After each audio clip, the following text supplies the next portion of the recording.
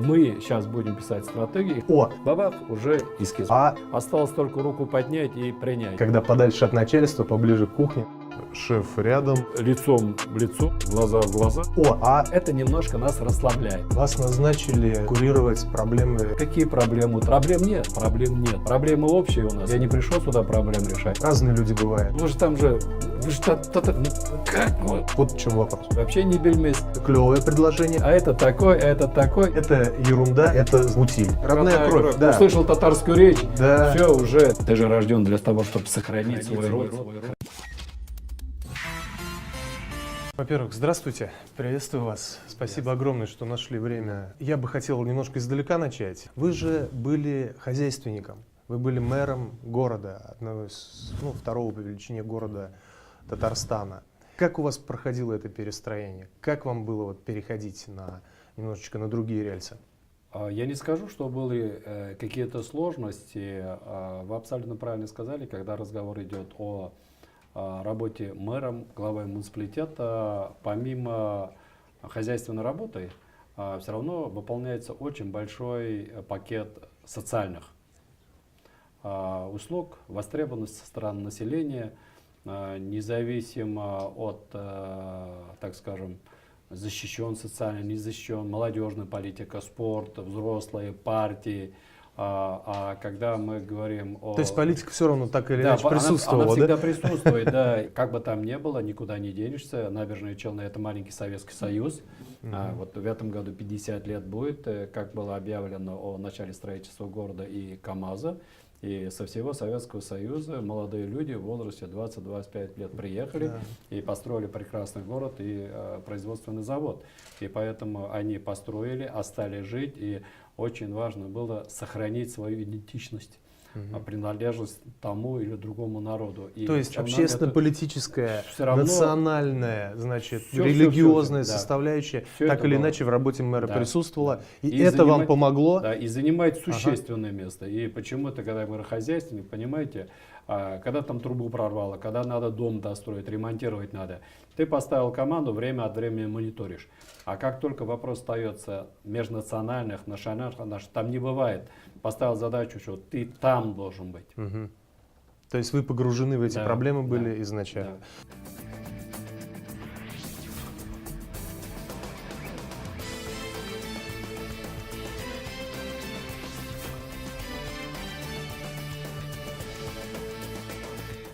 Там же все-таки, будучи мэром города, ты относительно самостоятелен, да? А сюда, здесь у всех на виду, шеф рядом и постоянно, так сказать, можно сказать, под лупой. Вот не было таких мыслей там, когда подальше от начальства, поближе к кухне, да, вот как в этом выражении? Нет, такого нет. Абсолютной свободы абсолютно нет. Да, и это надо понимать да. о том, что да, понятие далеко, коротко. И здесь солдатское высказывание подальше от начальства, ближе к кухне тоже не работает. Не работает. А если ты работаешь в набережных Челнах, весь спектр ответственности на тебе, как руководителя города, и поэтому ты можешь согласовывать, ты можешь утверждать, но в конечном итоге за результат ты отвечаешь. Также и здесь. С одной стороны, вроде как бы расстояние слишком короткое, но и в то же время задача поставлена, опять ты отвечаешь за результат. Вас назначили курировать проблемы, касаемые больше общественно-политических вещей, так? Как вы это восприняли и как вам это нравится, вот лично вам? Вы знаете, когда я работал в Челнах, и у меня спрашивали, в большей степени с точки зрения хозяйственной, а вот вы решаете проблемы, и эти проблемы решены ли?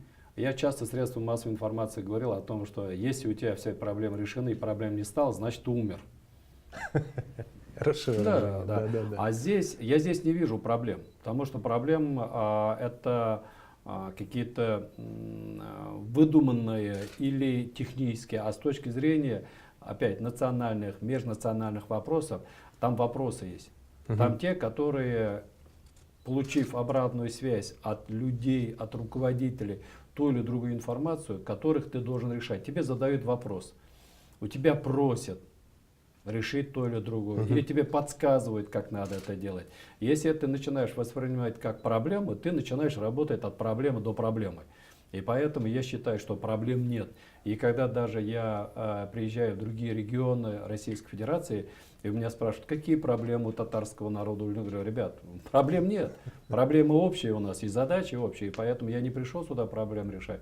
Мы пришли просто для того, чтобы сверить часы и посмотреть наши задачи, которые должен решать автономия, руководитель и власть. Тогда в сочетании. Василий Гайевич, вот как раз исходя из вопросов, да, которые были поставлены, да, самое актуальное на сегодняшний день это то, что Рустам Нургалиевич поставил перед Конгрессом татар масштабную, сложную задачу создать стратегию развития татарского народа. Что вы делаете? И какова ваша роль как куратора от правительства? Я правильно понимаю? Да, правильно. Сказать о том, что вот мы с 25 сентября прошлого года начали работать над стратегией, в принципе, это абсолютно правильно. Но, с другой стороны, это тоже неправильно, потому что последние 25 лет всегда возвращались к вопросу стратегии развития татарского народа в том или в другом понимании. В частности, когда наш президент Рустам Нургалиевич меня предложил на эту должность, председатель Национального совета Всемирного конгресса татар, и когда меня съезд Всемирного конгресса татар утвердил, я тогда заявил о том, что нам нужна стратегия, но я исходил стратегию для Всемирного конгресса татар, и как будучи заместителем премьер-министра и председателем Милишуры, я, конечно, переходить за рамки не имел права, и для меня важна была стратегия развития Всемирного конгресса татар, да, и через них как раз татарского народа. А наш президент, как президент всех татар, перед нами поставил такую задачу, что масштабнее, не только в разрезе ВКТ, а уже, ребята, давайте, нас чуть меньше 10 миллионов человек по всему миру, и почему мы тогда должны как-то узко смотреть. Что будет, ну, скажем, может быть многоточием, может быть точкой. Все, стратегия создана, принимаем. И кто будет принимать, и как это будет происходить? Когда 24 сентября была поставлена такая задача, сроки не были озвучены. Да? И с точки зрения, если посмотреть не со стороны госслужбы, то можно было воспринимать, что у нас есть большой срок времени, потому что президент поставил задачу, пока эти вопросы будем решать, через год, через два, через три, как бы можем принять. А с другой стороны, как государственные служащие, я же прекрасно тоже понимаю то, что у нас каждый год есть послание президента Государственному совету. Значит, раз сроки не озвучены, значит, к следующему посланию мы должны подготовить и принять стратегию развития татарского языка. Тем более основа, платформа, опыт вовсю присутствует. Перед нами стояли два пути. Первое, мы могли сначала написать проект, утвердить у себя и представить татарскому народу и другим народам, сказав о том, что вот создана рабочая группа, просьба высказать свои точки зрения, и в ближайшее время мы его будем принимать. Но большинство людей бы сказали, ну, если работали ученые, если работали те, которые 25 лет работали, что там уже посмотреть, наверное, умные ребята. Уже все посмотрели. И тем более все посмотрели, и тем более на уровне проекта осталось только руку поднять и принять. Да? И тогда мы приняли бы то, что рабочая группа нам предложила. Поэтому я эту фабулу сразу убрал, этот путь, и сказал, нам надо сначала прийти к людям, к народу, лицом в лицо, глаза в глаза и сказать, вот мы сейчас будем писать стратегию, и хотелось бы, чтобы мы это написали вместе. Есть идеи, есть предложения, вы как на это смотрите, и поэтому рабочая группа создала эскиз. И когда мы начали представлять, сказали, нам еще далеко до проекта. И 16 января, когда в Варском районе, символично то, что это родина Габдуллы Тукая, мы представили впервые эскиз, сказали, уважаемые, это эскиз. С этого момента он публичен на сайте Всемирного конгресса татар. Значит, каждый человек, который хочет участвовать, может давать свои предложения. Они сразу уходят в рабочую группу. Если они дельные, мы тут же, как эскиз, живой организм, тут же начинаем его менять. И, в принципе, мы по сей день свое слово держим. Мы сейчас уже сегодня, вот в 10 часов, на конгрессе, на сайте Конгресса татар уже выставили 3-й эскиз. То есть мы каждый раз совершенствуя, учитывая мнение и специалистов, и просто людей, до которых и сами работаем, вот дошли до определенного уровня, бабах, уже эскиз. Вот сегодня уже 3-й вариант эскиза, и каждый раз это не разное. 3, раз, 2, 3, давайте выберем. Нет. 2-й эскиз был выработан на основе 1-го, и мы 1-го уже утилизировали. 2-й уже потом сошел на нет, потому что 3-й приняли. И до 1 июня, я думаю, что это, возможно, еще не последний вариант эскиза. И наша задача 1 июня выйти уже на проект. 15 июня у нас будет из Габалгарджина, где в порядке 35 тысяч, 50 тысяч человек, в большинстве случаев татары, приедут булгары. Мы хотим уже через нашу газету представить им как проект. И уже перейти на следующую фазу обсуждения как проекта. И это будет идти уже до 1 августа. 1 августа рабочая группа, собрав все предложения, исходя из этого проекта, должен принять уже на очень высоком уровне проектное решение. И мы начинаем готовиться на заседание Национального совета, которого, я думаю, мы созовем перед 30 августа. И будет очень символично, когда 30 августа, в День Республики, значит, мы приняли стратегию развития татарского народа, опираясь на 3 такие ключевые точки. Первое, значит, эскиз был впервые представлен на родине Тукая. Второй, это 15 июня, в день принятия ислама в Российской Федерации, в Булгарах, мы представили проект. И 3-й, в День Республики, его утвердили. И практически... Ну, получается красиво, да. Принимаете вы предложения? Кто их собирает? Кто их отсеивает? Потому что предложение предложению рознь. Есть экстремистские какие-то, да, есть вообще полный бред там, разные люди бывают. Кто вот занимается отсеиванием и кто понимает, вот это клевое предложение, это классно, нужно учесть, это ерунда, это значит в утиль. Нет, таких специалистов нет. Мы в работу берем по 2 направлениям. Первое — это интернет. Я везде, где представляю презентацию, даже стараюсь в бумажном варианте не принимать предложения. Я говорю, есть сайт Всемирного конгресса татар, страничка открыта. Единственное, мы тоже прекрасно понимаем, вот как вы сказали, могут быть разные предложения, которые противоречат российскому закону. Для того, чтобы нас потом не обвиняли, конечно, цензура присутствует, но только для того, чтобы учесть 2 момента. Первое, предложение только в рамках закона Конституции Российской Федерации, и все, других исключений нет. Все остальное сразу падает на сайт, и рабочая группа Академии наук, института сразу берут оттуда и сразу как через сепаратор пропускает. Второй вариант — это в бумажном интернет-варианте, когда приходит в нашу почту, электронную почту, и она тоже туда уходит в рабочую группу при Академии наук. Все равно на сайт все это стекается. Все равно на да? сайт стекается, и там уже создана страничка, все предложения, которые идут, разумные, неразумные, от молодежи, от ветеранов, от татар, от русских, от чуваш, мы там аккумулируем, потому что это определенный пакет и работа, плюс соучастие. Мы же просим одного, чтобы люди не были безразличными. То есть ты высказывал любое предложение, абсурдное, хорошее, но если от тебя исходит, мы только будем рады. Не будь только равнодушным. То есть главное, этот момент тоже присутствует. Василий Геннадьевич, а много уже предложений поступило? Вы как-то считали их, что ли, Нет, 10, 20, мы пока не тысячи? говорим. Вопрос уже идет о тысячах. О тысячах. Однозначно о тысячах. И потом же, когда самая такая серьезная презентация у нас была в Екатеринбурге. 1200 человек приехали, посмотрели, высказали свою точку зрения. Даже ведь слово «одобряем» — это тоже как некое предложение, да, которое можно рассматривать. Сказать, насколько они актуальны, очень сложно. И я всегда, не обижая людей, говорю, понимаете, стратегия, у него есть свои законы, как должно писаться.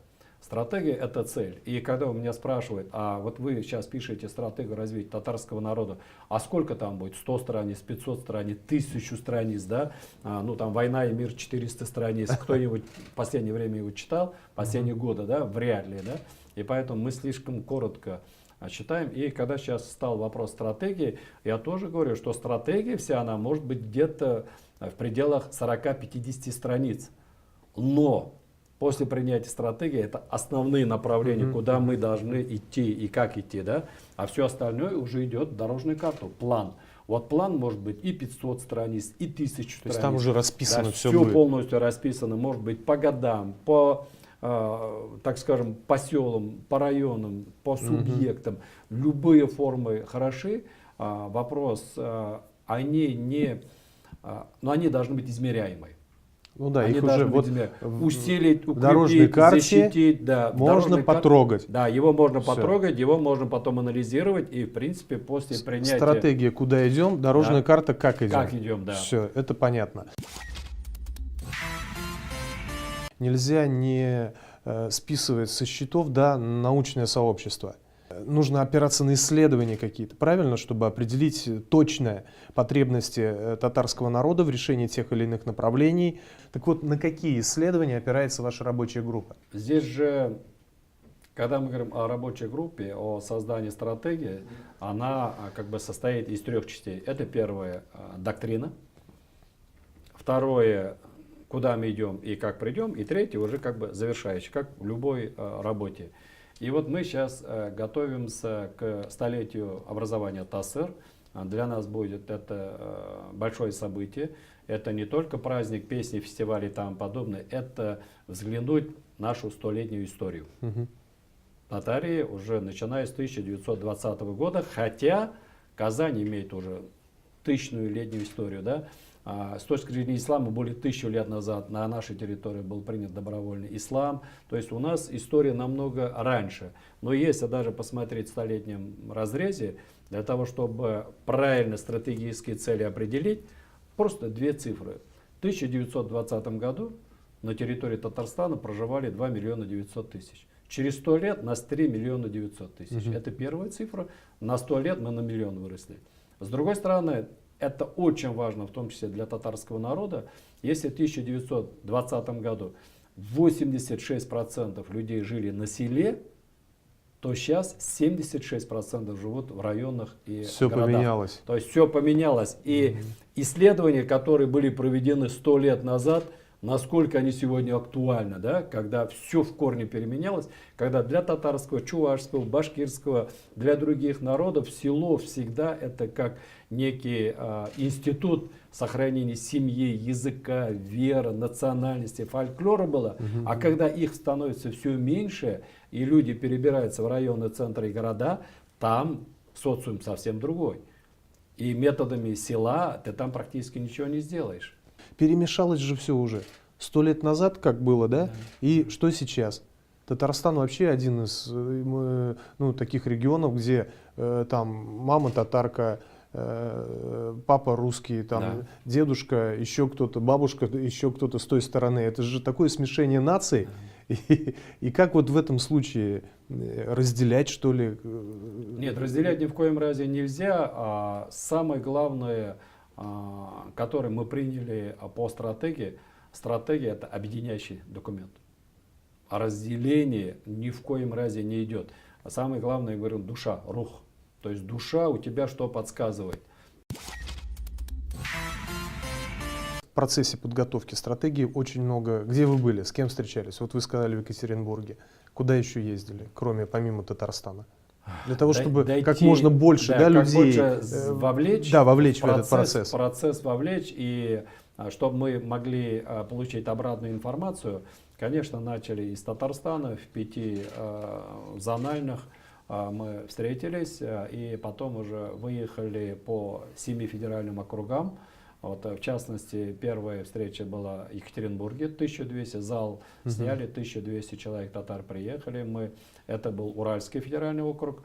Потом мы были в Ростове, где Северокавказский и Южный федеральные округа. 500 человек приехали, с ними обсуждение было с нашими лидерами автономии.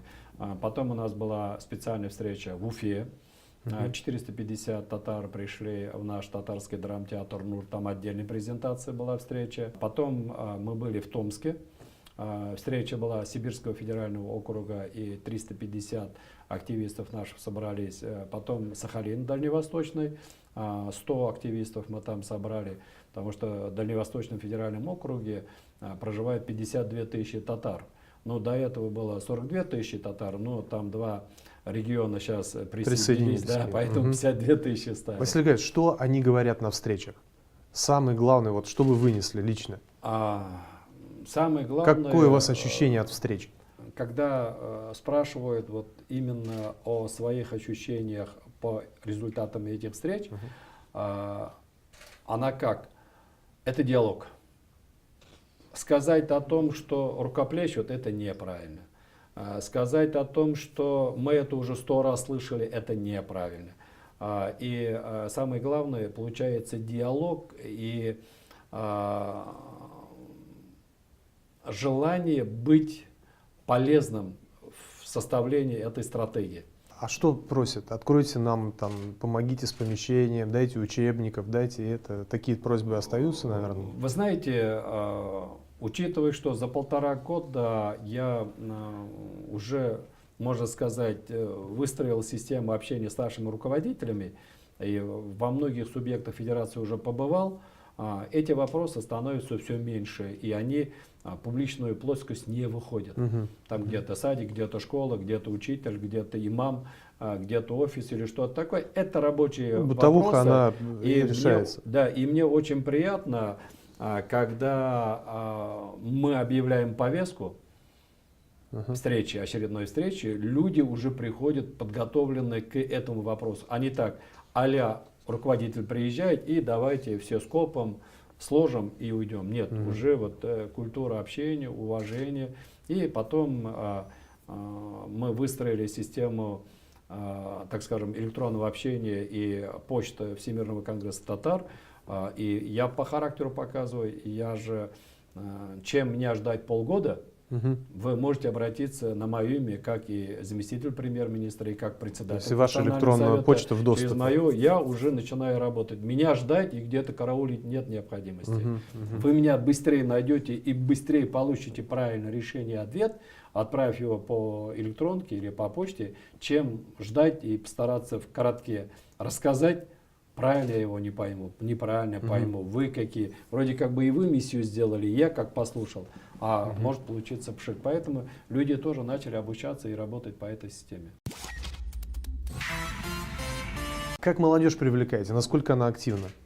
Серьезный блок работы. И в принципе, неспроста 1,5 года назад я руководителя, который работал в молодежном блоке, Ярулина, назначил заместителем руководителя исполнительного комитета Всемирного конгресса татар, подняв его на такой большой статус.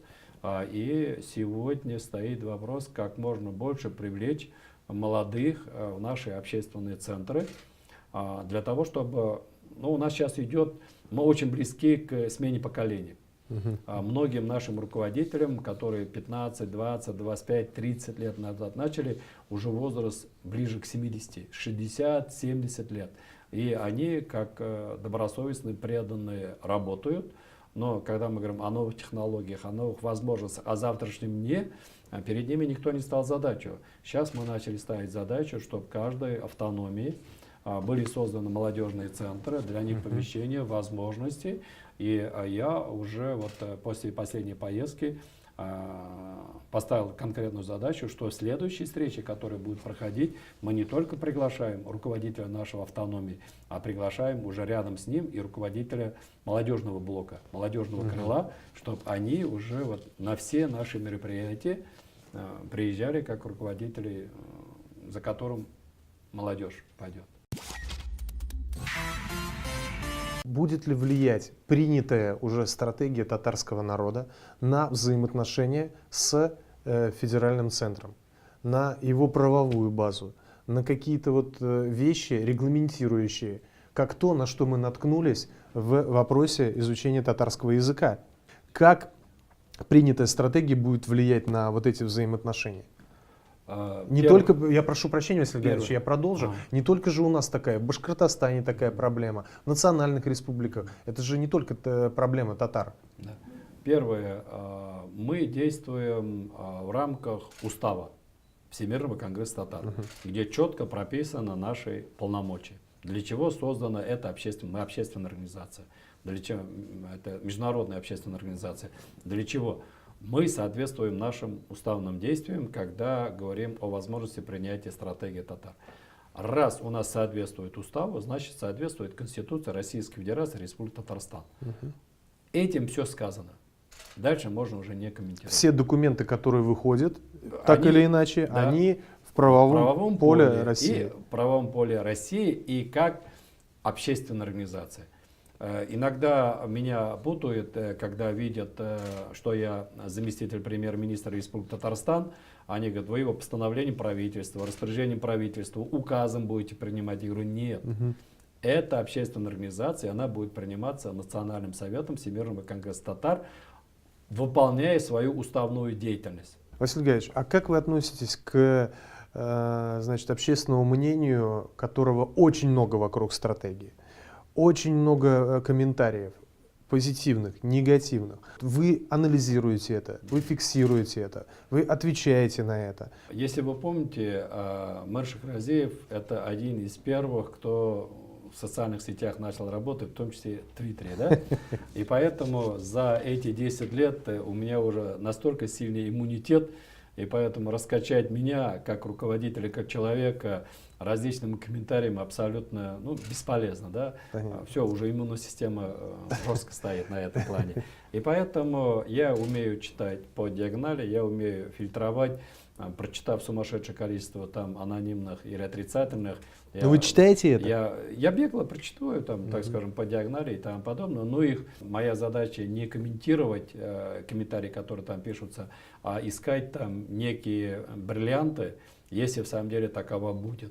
Но и любое решение, которое сегодня выносится на, так скажем, обсуждение интернет-пространства, мы же прекрасно понимаем, даже когда слишком хороший даже документ, мы видим, что в ходе обсуждения его пытаются превратить в поисках что-то такое. И поэтому рассчитывать, тем более, когда мы говорим стратегия. Давайте с вами измазать в гризи. Вы так и говорите, Василий Георгиевич. Поэтому, когда мы говорим стратегия не исключение. Поэтому нет, врачам не обращался, жив-здоров, все нормально. А вот что даст принятие стратегии и вот этой рабочей группы для татарина? Когда мы говорим о стратегии татарского народа, есть же Коран. Да. И я понимаю, кто-то может меня сейчас начинать обсуждать и жевать, посягнулся на Коран, сравнивая его стратегией развития татар. Да? И когда ты у татарина видишь Коран, ты говоришь, понятно, мусульманин. Кто-то его от корочки до корочки знает, а кто-то его положил, потому что надо, да, и, может быть, даже не одну страницу прочитал. Ты же рожден для того, чтобы сохранить свой род. И когда спрашивают, а зачем мне татарский язык нужен, но этим вопросом ты показываешь свое отношение всем твоим предкам, которые сотнями лет, там, может даже тысячами были татаринами, и в это время ты говоришь, а какой? Вот если они живы были, или когда ты когда-нибудь предстанешь перед ними, они могут же спросить, как у тебя язык повернулся так себе этот вопрос вслух задавать, да? Поэтому мы уже говорим о том, что стратегия — это вот направление. Я татарин, я хотел бы быть татарином, и чтобы мои дети были татарины, и внуки. Что такое татарин? Это и как бы по линии возьмем, если как национальность, это язык, это вера, это культура, это одежда, это еда, это праздники, обычаи и тому подобное. Я хотел бы быть в этом социуме. А вот здесь стратегия как раз это определенный документ, как устав, как молитва, как солнце, к которому ты должен идти. Если мы сможем а задача именно так стоит, чтобы каждого татарского человека пробудить, и он бы внутри зажегся бы. Но здесь есть большое но. Для того, чтобы быть таким, надо трудиться. Вот я в армии служил по уставу 2 года. Когда была дедовщина, ты полгода потерпел, следующие полгода, а потом уже дело в шляпе, да? А когда ты служишь по уставу, все 24 месяца, это устав. И нет никакой дедовщины, нет ничего. И ты должен привыкнуть. И ты должен научиться трудиться. И приняв стратегию, я иногда говорю, значит, купив его, положив под подушку, утром проснешься, станешь татарином. Нет. Для того, чтобы жить по этой стратегии, ты должен каждый день трудиться. И в части языка, в части веры, в части одежды, в части еды, все. Это определенные, так скажем, не только направление к действию, а он тебя обязывает еще над этим трудиться. Различаются ли татары, которые живут за пределами Республики Татарстан и здесь у нас? Вот иногда приходится слышать о том, что национальное самосознание татар в регионах, в каких-то отдаленных, выше, чем внутри республики. Потому что они там как бы в некой чужеродной среде находятся, поэтому у них есть стремление к объединению. Есть ли разница в подходах? Вот в чем вопрос. Я бы, может, даже продолжил бы этот вопрос, сказать, а где легче работать, в Татарстане или за пределами, да? Да. Все-таки внутри всегда сидит некое обманное чувство. Раз мы в Татарстане и 2 миллиона татар, наверное, все 2 миллиона татар в совершенстве знают татарский язык, пишут, читают это, потому что это Татарстан. Ну вы же там же, как вы можете не знать? А когда начинаешь пересчитывать, оказывается, это вообще не бельмес, это, оказывается, паркетный, а это такой, и все, и пошло, поехало. А поэтому это немножко нас расслабляет. Мы в Татарстане, у нас 2 государственных языка, вот возьму сейчас, и за 5 секунд я буду таким-то. А когда уже за пределы Татарстана выезжаем, в самом деле, несмотря на то, что федеральный закон, вот вы даже сказали по ФГОС в прошлом году, ФГОС для субъектов федерации оказался большим плюсом для татарских семей, когда раньше наши татарские семьи, родители хотели отдать своих детей в школу, там просто говорили, а нет возможности, и не принимали. А сегодня, если директору ты пишешь заявление, во-вторых, директор должен тебе дать письменный ответ.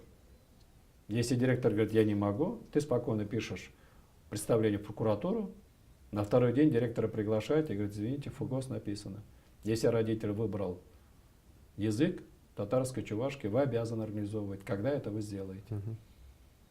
Поэтому, вот когда, вот за пределами Татарстана, в самом деле, это же не только татары.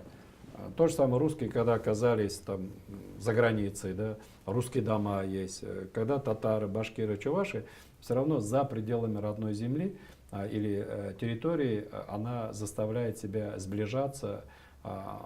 Это тянешься друг к другу, да, как родственная душа. Как вот это, как родная кровь. Как родная кровь. Да. Услышал татарскую речь, да. Все, уже, ты его никогда в жизни не знал, через 5 минут он ближе, чем брат твой. Да, вот в этом плане, да, присутствует. Да. Насколько я понимаю, вся подготовительная работа идет на общественных началах, там не требуется финансирования, и вы об этом говорили. Да. И рабочая группа работает в рамках своих каких-то полномочий и окладов, да? Да. Значит, дорожная карта. Будет ли включать в себя финансирование? И из каких источников оно будет формироваться? После того, как стратегия будет принята, по дорожной карте станет вопрос насчет финансирования всех наших мероприятий. С другой стороны, у нас есть бюджет Республики Татарстан, бюджет 45 муниципальных образований. И когда мы, например, работая по дорожной карте, если необходимость будет показать это финансирование, в принципе, никакого труда не составляет расщеплять этот бюджет и показать. Никто этим не занимался. Самое главное же создать комфортные условия Конечно, какие-то люди могут спросить, вот стратегию приняли, а давайте сумму, сколько вы там, как будете там Это же распиливать. стратегия татарского народа, Да, правильно? Не татарского, чувашского, да, да, не да. русского. Но мы в данном случае уже А будем бюджет Республики Татарстан, Да. он же общий на всех. Вот мы в данном случае уже можем... Бюджет выйти будет ходатайствовать. все-таки источником или какие-то внебюджетные Не, вот фонды? когда мы говорим первый бюджет, для того, чтобы мы тоже правильно понимали, чтобы потом этот документ был объединяющий, закон это не запрещает. Если это людям будет интересно, людям же не столько деньги интересны, сколько работа, труд. Если его выполняют за бюджетные деньги, какая разница мне, по какой статье она прошла, через муниципалитет, а у нас и федеральный центр есть специальная статья по национальной политике. Вторая, само собой, это благотворительные спонсоры. НАТО, то ли это будет буржуазия, то ли это будет элита, то ли как. Сегодня их тоже очень много. Так это все-таки власть должна обеспечить или ВКТ? Нет, ВКТ обеспечивать не будет. У ВКТ нет финансирования. ВКТ будет содействовать, то есть принятие стратегии для развития татарского народа, в котором мы говорим о том, что у нас есть бюджет муниципалитета, бюджет Республики Татарстан. Ну, это с бюджетами Бюджет. понятно, Василий Гайевич. А вот внебюджетные, куда я меценат, куда мне нести деньги? В ВКТ? Или я же в бюджет не понесу? Нет. Или фонд какой-то будет создан благотворительный? Механизм вы Нет. какой-то Он думаете? сегодня работает. Каждый из них уже знает руководителя нашей автономии. И они в тесной связи. Везде там созданы центры, расчетные счета. Никто никуда не несет.